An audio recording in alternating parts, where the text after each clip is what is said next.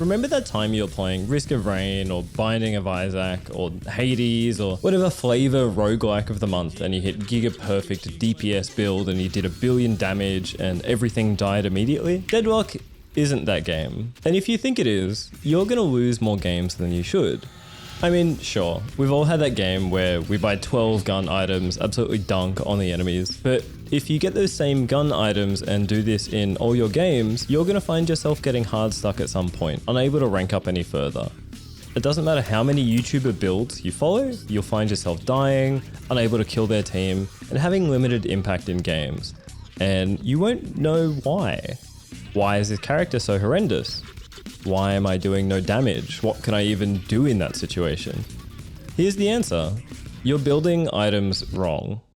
To summarize this whole video in one sentence, you need to build to win the game, and not build the best version of your character. It doesn't matter how much damage you do to the test dummy if it won't win you an actual game. To elaborate on this a little further, I'm not saying that builds are bad. Everyone uses builds to get an idea of how to itemize towards a character's strengths. For example, almost every haze build will have burst fire and bullet lifesteal. Dynamo will usually have arcane surge, abrams with some melee items. But one of the most important things in Deadlock is knowing when to venture outside of the build. No two games are alike, so why should your builds be? You need to find a balance between playing to your character's strengths and dealing with anything the enemy team throws at you. To do this, you need to understand the state of the game. You shouldn't be blindly following the build, but rather thinking about two things. What stops you from playing your game, and how do you stop the enemy from playing their game? Usually, the things that'll stop you from playing a straightforward game are CC and high damage. If you're dead or running back to the base to heal, you're not playing the game. It truly doesn't matter how much DPS you do if you're not around to use it. You're not farming, you're not pushing or fighting, you're only getting further behind with each death. On average, you'll make around 1,000 souls per minute. So if buying a 1,600 soul item stopped you from dying twice, you've actually made a profit. So to fix this, you'll need to compromise your giga DPS build somewhere. Think about what you're dying to, or will possibly die to if you're a smart cookie and can think ahead. There's options at different tiers for both spirit and bullet damage, which is the most appropriate for the situation. I don't want to go into huge detail on all of the items. The focal point is that you should know when to variate from a preset build, and why it's important that you're able to independently recognize this. There's a lot of ways to build resistance in the game. Some will come naturally on items you'll normally build, as well as the dedicated resist items. Think Battle Vest and Enchanter's Emblem at tier 2, and the obvious Bullet and Spirit Resilience at tier 3.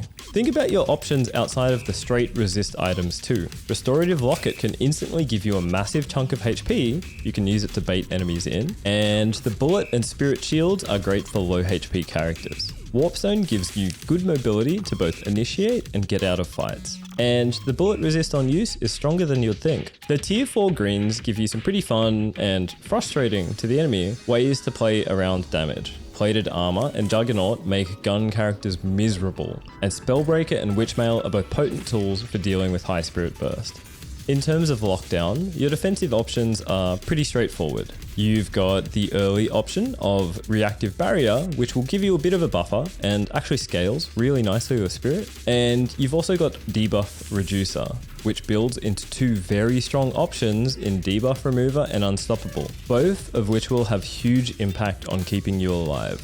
Unstoppable counters literally every single stun in the game and means you get to play your game uninterrupted for 5 seconds, giving you time to dodge an entire Dynamo Singularity, waste a Holiday's Lasso, or stop Mo and Krill from grabbing you. People who haven't come from Dota seemingly haven't caught on to the fact that Unstoppable is almost mandatory on hard carries. You could be having the game of your life, you're 20-0, everything dies in one touch, but this doesn't actually matter. If you get chain stunned at 45 minutes, die, and you lose the game, it actually doesn't matter how much damage you were doing for the 44 minutes leading up to it. You've essentially just thrown the game, and that loss, that's on your head. So now we've talked about your defensive options, how to play your game with less roadblocks. What about the other point?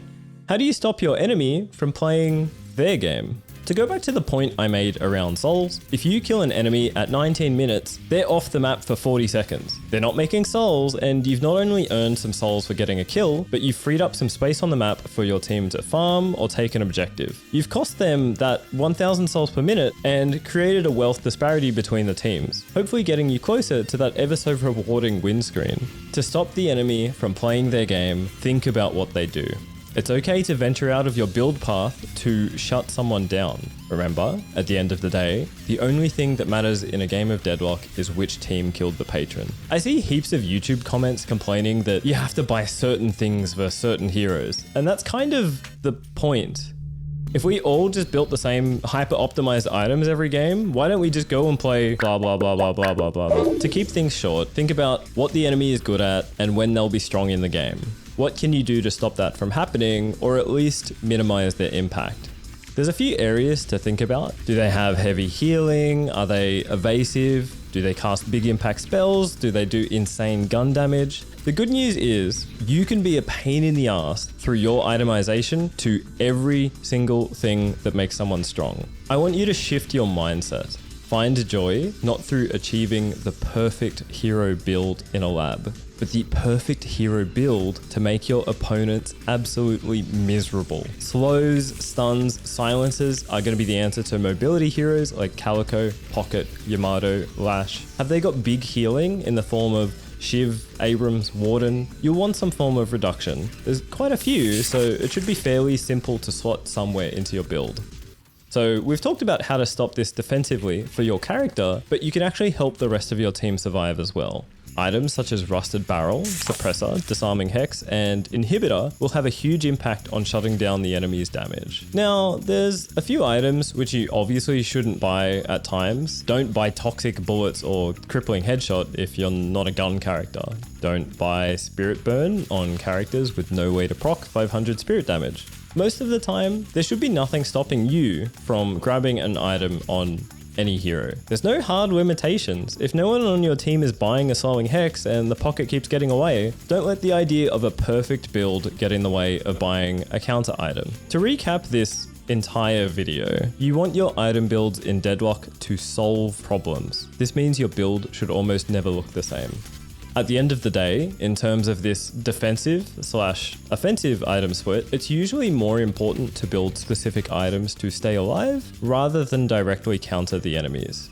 Remember, being alive in itself is pressure on the map and taking souls. Even if you don't manage to perfectly counter an enemy, you're still able to win the game by pushing better, taking better objective fights, or managing your lanes better, or even just simply brute forcing them with damage. All of those things you cannot do while you're dead.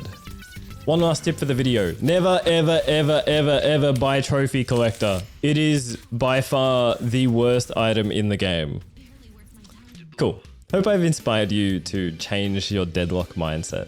I made this video after seeing too many people on my team with absolutely no green items at 40 minutes. If you enjoyed, sub to the channel to see more and come through to Twitch. Thank you.